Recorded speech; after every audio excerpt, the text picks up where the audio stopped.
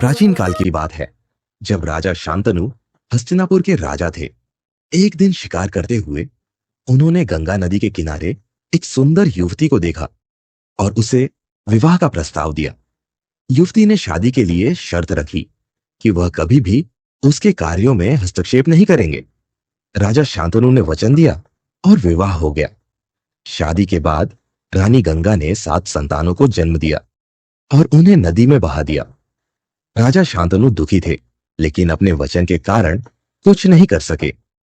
जब गंगा 8वीं संतान को नदी में बहाने लगी तो राजा ने उसे रोक दिया।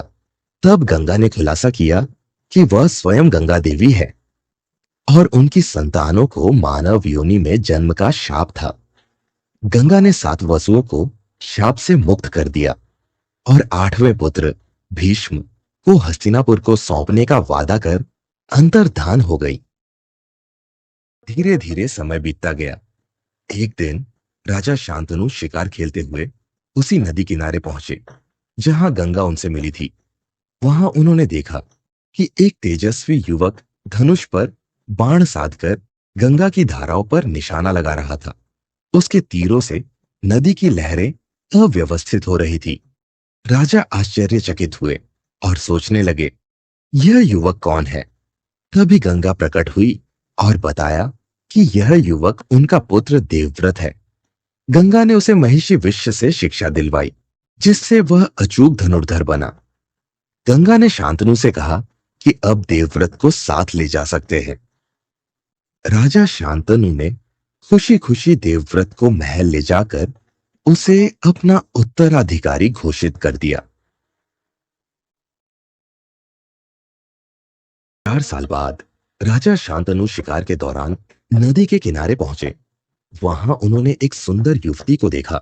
मंत्रमुग्ध होकर उन्होंने पूछा, हे सुंदरी, तुम कौन हो? युवती ने उत्तर दिया, मेरा नाम सत्यवती है।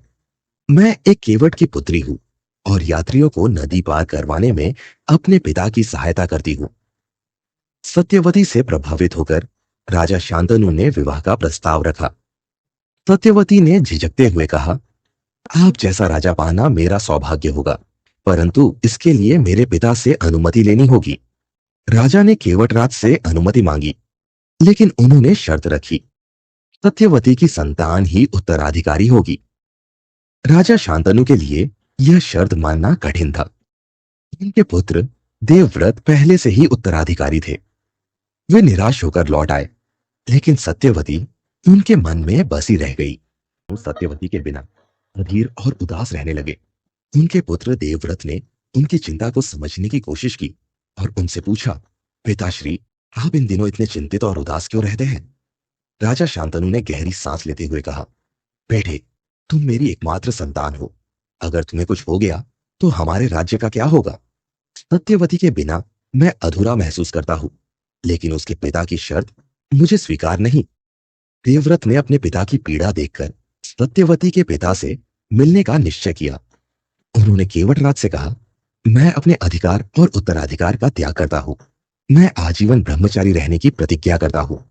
केवटराज देवव्रत के इस त्याग से अभिभूत हुए और सत्यवती का विवाह राजा शांतनु से करवाने के लिए तैयार हो गए। देवव्रत के इस अद्वितीय त्याग ने उन्हें भीष्म की उपाधि दिलाई। भीष्म ने आजीवन अपनी प्रतिज्ञा निभाई और यह त्याग इतिहास में निस्वार्थ समर्पण का प्रतीक बन गया। विवाह के बाद राजा शांतनु के 2 पुत्र हुए, चित्रांगद और विचित्रवीर्य। बड़े पुत्र चित्रांगद राजा बने, लेकिन गंधर्वों से युद्ध में उनकी मृत्यु हो गई। चूंकि उनके कोई संतान नहीं थी, छोटे भाई विचित्रवीर्य को राजगद्दी सौंपी गई। विचित्रवीर्य उस समय छोटे थे और राज्य का संचालन उनके वश में नहीं था।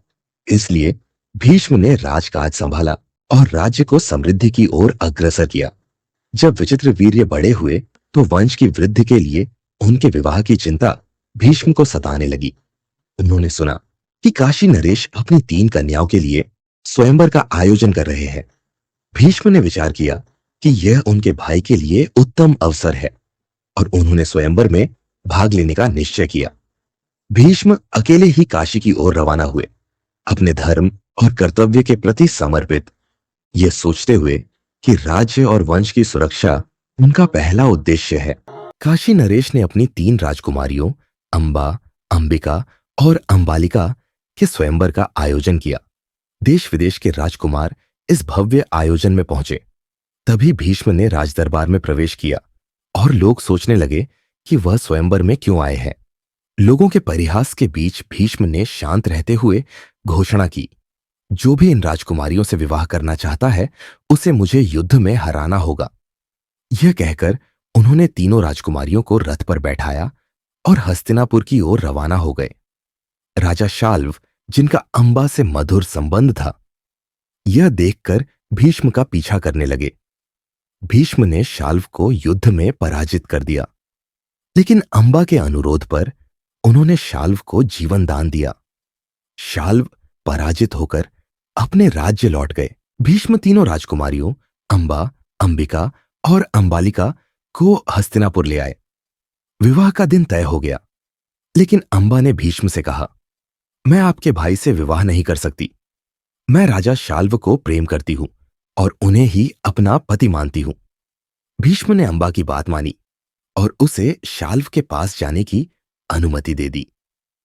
अंबा खुशी खुशी शाल्व के पास पहुंची, लेकिन शाल्व ने अंबा को अस्वीकार करते हुए कहा, तुम्हें भीष्म दरबार से उठाकर लाए थे, मैं तुम्हें पत्नी के रूप में स्वीकार नहीं कर सकता।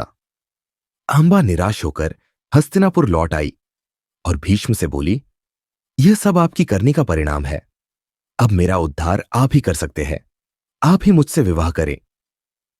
लेकिन भीष्म ने अपने ब्रह्मचर्य व्रत का स्मरण कराते हुए स्पष्ट किया, मैं वचनबद्ध हूं और आजीवन ब्रह्मचारी रहने की प्रतिज्ञा का पालन करूंगा। अंबा ने ठान लिया कि वह भीष्म से प्रतिशोध लेगी।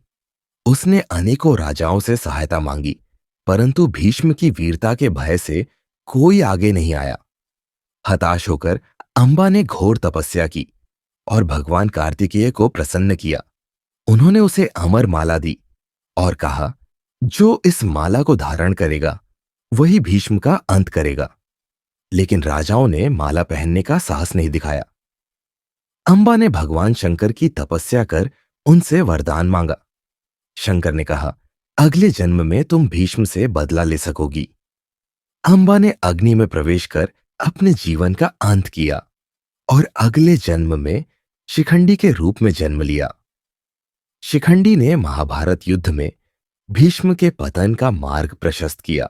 उधर अंबिका और अंबालिका का विवाह विचित्रवीर्य के साथ हो चुका था। विचित्रवीर्य और दोनों पत्नियां सुख से जीवन यापन कर रहे थे, लेकिन अधिक भोग विलास का परिणाम यह निकला कि विचित्रवीर्य अव्यस्त हो गए। उसने अंबिका और अंबालिका के साथ लगभग 7 वर्षों तक जीवन यापन किया, फिर गंभीर रोग से पीड़ित होकर निसंतान ही मर गए। अब राज्य का कोई उत्तराधिकारी नहीं रहा था। इसका सबसे अधिक दुख सत्यवती को था। उसके दोनों पुत्र निसंतान मर गए थे। विचित्रवीर्य के दोनों पत्नियां अब विधवा हो गई थी। अब वंश आगे कैसे बढ़ेगा? भीष्म ने तो कभी भी विवाह न करने की कस्में खाई थी, परंतु वह वंश के लिए क्या अपनी कस्में तोड़ेंगे नहीं? एक दिन सत्यवती ने भीष्म से कहा, पुत्र, जो हमने कभी सोचा भी नहीं था वही हो गया। अब राज्य का उत्तराधिकारी कौन होगा? हमारा वंश कैसे आगे बढ़ेगा? एक उपाय है, लेकिन इसके लिए तुम्हारी स्वीकृति चाहिए। भीष्म ने पूछा, कैसा उपाय माता? सत्यवती ने कहा, तुम्हारे भाई की पत्नियां विधवा हो चुकी हैं। शास्त्रों में विधवा विवाह का विधान है। इससे उनका जीवन संवर सकता है और हमारा वंश भी आगे बढ़ सकता है। भीष्म ने तुरंत उत्तर दिया, नहीं माता, मैं अपनी प्रतिज्ञा नहीं तोड़ सकता। कृपया कोई और उपाय सोचें। सत्यवती कुछ देर चुप रही और फिर बोली, पुत्र, मैंने एक बात सबसे छुपाई थी। विवाह से पहले मेरी भेंट अऋषि पराशर से हुई थी। उनके प्रभाव से मुझे एक पुत्र व्यास की प्राप्ति हुई। वह महान विद्वान और शास्त्रज्ञ है। यदि तुम अनुमति दो तो मैं उन्हें बुलाऊं। इस संकट में वही हमारी मदद कर सकते हैं। भीष्म ने सहमति दी। यदि आप उचित समझती है तो उन्हें बुला लीजिए। सत्यवती ने एकाग्र मन से अपने पुत्र व्यास का स्मरण किया। व्यास पलक झपकते ही सामने उपस्थित हो गए और बोले, कहो माता, कैसे याद किया? सत्यवती ने कहा, पुत्र, हमारे वंश पर संकट आ गया है।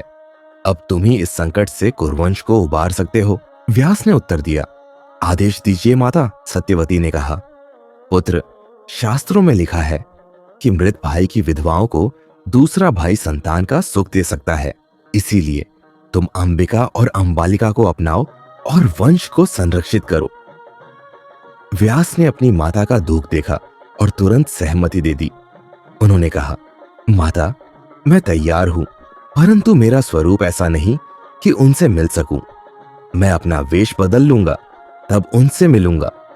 सत्यवती बोली, अब और विलंब की आवश्यकता नहीं। व्यास बोले, ठीक है माता, आप उन्हें तैयार कीजिए, मैं उनसे मिलने आता हूं।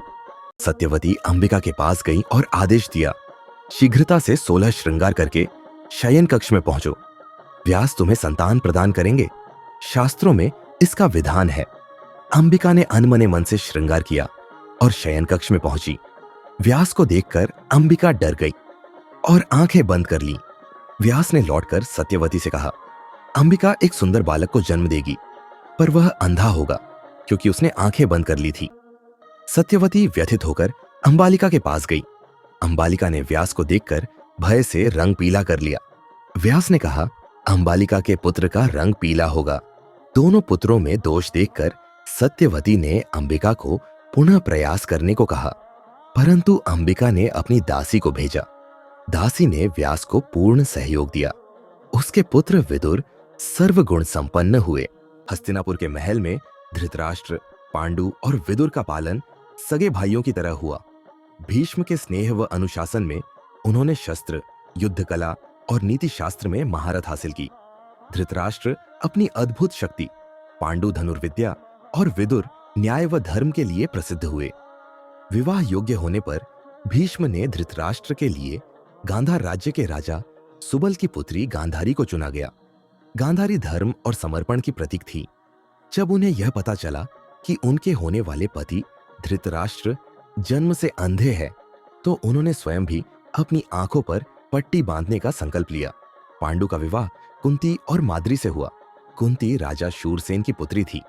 उनका पालन पोषण उनके मामा राजा कुंती भोज के यहाँ हुआ था। कुंती का नाम पहले प्रथा था और माद्री अन्य राज्य की राजकुमारी थी। कुंती ने एक बार ऋषि दुर्वासा की सेवा इतनी मनोयोग से की कि वे प्रसन्न हो गए। उन्होंने कुंती को एक विशेष मंत्र दिया। यह मंत्र इतना शक्तिशाली था कि कुंती जिस भी देवता का ध्यान कर उसे जपती, वह देवता उनके सामने प्रकट होकर तेजस्वी और दिव्य संतान का आशीर्वाद देता। ऋषि ने वरदान दिया और चले गए, परंतु कुंती की बाल बुद्धि मचलने लगी। सोचा, क्यों न इस मंत्र का प्रयोग किया जाए। कुंती ने मंत्र जाप किया और सूर्यदेव तुरंत उसके सामने प्रकट हुए। कुंती डर गई, लेकिन सूर्यदेव ने कहा, डरो मत, मैं तुम्हें एक पुत्र दूंगा जो महान वीर होगा। वह कुंडल और कवच धारण करेगा जो उसे हमेशा विपत्तियों से बचाए रखेगा। कुंती ने सूर्यदेव के आदेश का पालन किया और एक तेजस्वी पुत्र को जन्म दिया, जो बाद में कर्ण के नाम से प्रसिद्ध हुआ। एक अच्छे शासक के रूप में पांडु का बड़ा आदर था। क्योंकि धृतराष्ट्र जन्म से अंधे थे, इसलिए पांडु को राजगद्दी सौंपी गई। पांडु ने राजा बनते ही अपनी योग्यता का परिचय दिया। एक दिन वे हिमालय के वन में आराम करने गए। वहीं एक हिरण का जोड़ा रहता था। पांडु ने शिकार के दौरान एक बाण छोड़ा, जिससे हिरण घायल हो गया। उसने मरते मरते पांडु को शाप दिया, यह तुमने अच्छा नहीं किया, अब तुम भी उसी पल मर जाओगे जिस पल पत्नी के साथ सहवास करोगे। पांडु के पछतावे का अंत नहीं रहा। उनके मन में एक ही चिंता थी, अब वंश की वृद्धि कैसी होगी। कुंती पांडु से बोली, इतना निराश होने की आवश्यकता नहीं है। देव, मुझे आशी दुर्वासा ने ऐसे मंत्र दिया है कि मैं मनचाहे पुत्र प्राप्त कर सकती हूं। वह कैसे? पांडु ने चौंक कर पूछा। इस पर कुंती ने अपनी पूरी कहानी सुनाई। पांडु के हर्ष का ठिकाना नहीं रहा। वे भाव विभोर होकर बोले, भगवान का कोटि कोटि धन्यवाद है कि हमारा वंश भी आगे बढ़ेगा। एक दिन कुंती ने यमदेव का आह्वान किया।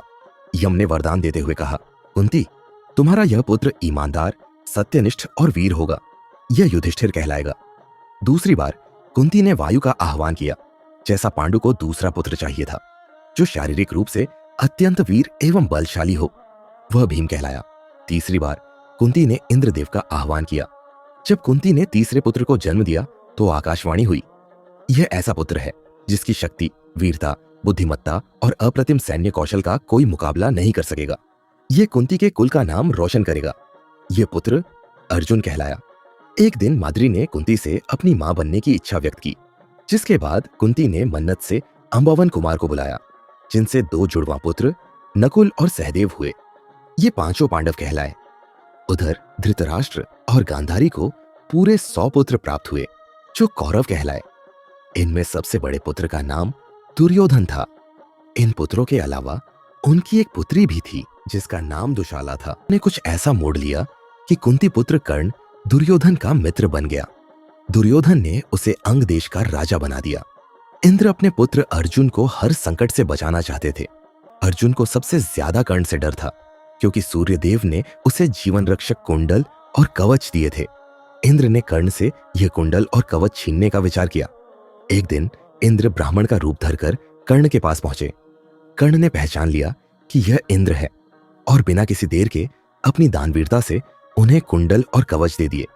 इंद्र ने कर्ण से प्रभावित होकर उसे वरदान दिया और कहा, मुझसे कोई वर मांगो। कर्ण ने कहा, मुझे शिव नामक अमोघ अस्त्र दीजिए, जिससे कोई भी मुझसे मुकाबला न कर सके। इंद्र ने यह अस्त्र कर्ण को दिया और चेतावनी दी कि इसका उपयोग केवल एक बार करना होगा। कर्ण प्रसन्न हुआ, लेकिन महाभारत के युद्ध में उसने इसका गलत उपयोग किया, जो विधि के विरुद्ध था।